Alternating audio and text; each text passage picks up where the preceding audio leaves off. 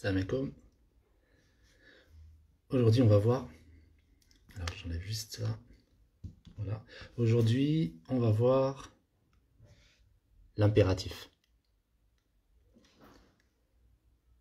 Alors, pourquoi on utilise l'impératif?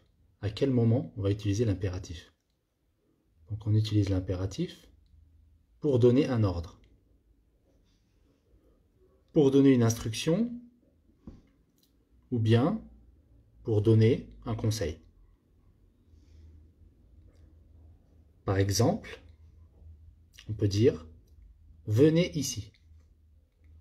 Venez ici, c'est l'impératif. Mettez un casque.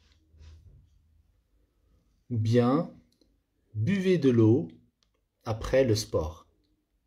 D'accord? On peut dire que venez ici, c'est un ordre. Venez ici. Mettez un casque, c'est une instruction. Et buvez de l'eau après le sport, c'est plutôt un conseil. Là, c'est un conseil. Alors l'impératif, comment on le conjugue? Comment on va conjuguer l'impératif? Donc l'impératif se conjugue au présent. C'est comme un verbe qu'on conjugue au présent. La différence, c'est que l'impératif n'a pas de sujet. Le verbe à l'impératif, il n'a pas de sujet. Et il se conjugue juste avec tu, nous et vous. L'impératif se conjugue juste avec les trois personnes. Avec tu, avec nous et avec vous. Par exemple, si je dis vous venez, à l'impératif, ça va donner venez. Je dis directement venez. J'utilise pas vous. Vous venez, venez. Tu bois de l'eau. À l'impératif, ça va être bois de l'eau. D'accord? C'est un ordre. Bois de l'eau. Nous sortons dehors. Sortons dehors. À l'impératif. Sortons dehors. Donc on enlève toujours le sujet. Ensuite, à l'impératif, alors ce qui se passe dans la phrase affirmative. Quand c'est une phrase affirmative, le pronom se place après le verbe. Quand c'est au mode impératif, à la phrase affirmative. Et dans la phrase négative, le pronom reste devant le verbe. Donc on va voir un exemple. Là ici on a une phrase affirmative. Parle-lui. Parle-lui, c'est une phrase affirmative. Le pronom lui, il est après le verbe. On a le verbe parler et ensuite on a le pronom lui. Il est après le verbe. Parle-lui.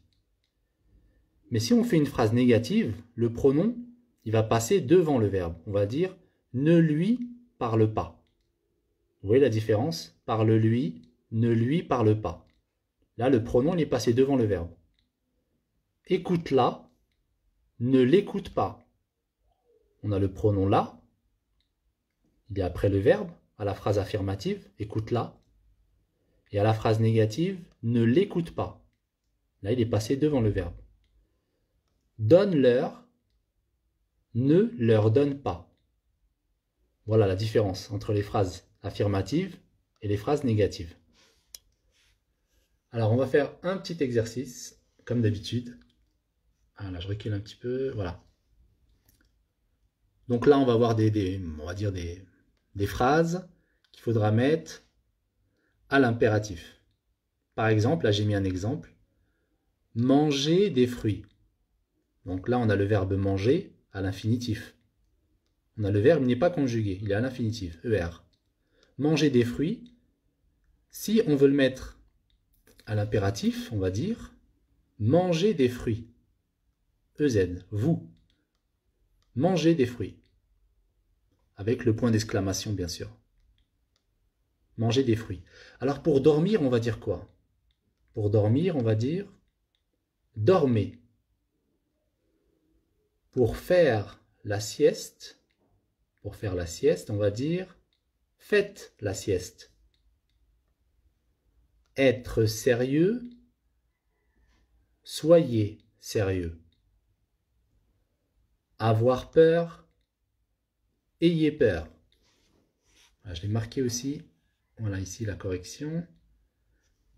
Voilà, donc pour dormir, on va dire dormez. Faire la sieste, on va dire faites la sieste à l'impératif. Faites la sieste. Être sérieux, soyez sérieux. Et pour avoir peur, on va dire ayez peur. Voilà, c'est terminé pour le petit cours de la journée. À la prochaine, Inch'Allah.